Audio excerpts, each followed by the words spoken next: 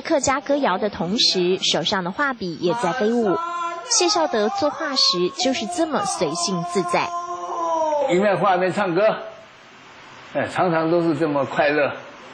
绑着一撮小马尾，今年已经60岁的谢孝德很前卫，画风很特别。他还在1983年时被列为英国世界名人之一。是画台湾的过去漂洋过海来的祖先，靠着双手开垦，后来赚了好多钱盖豪宅，现在留给后代来享受，怀念我们的开山鼻祖。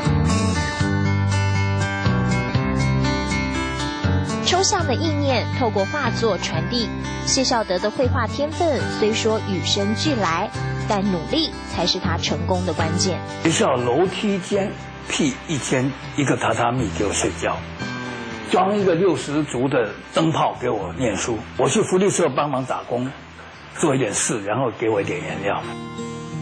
这边啊，不是我储藏我的作品，这个小宝箱是装的所有都是非卖品，好的东西啊，尽量不当商品把它卖掉，保留在社会上，以后留起来流传后世。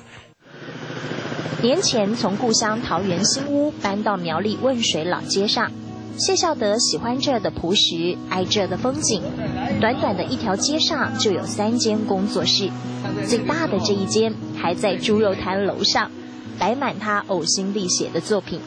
这水要刷湿了，从这里水刷到那边要跑回来，在那边画几笔后，这快干了，水又要把它弄湿，整个晚上在这里操作。这一张画是1个晚上要完成的。为了作画，谢孝德可以不跟外界联系，但这个一定要有。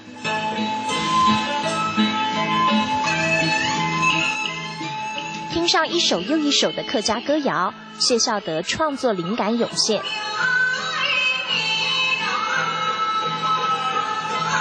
用笔触展现山水之美，也用心灵传递客家精神。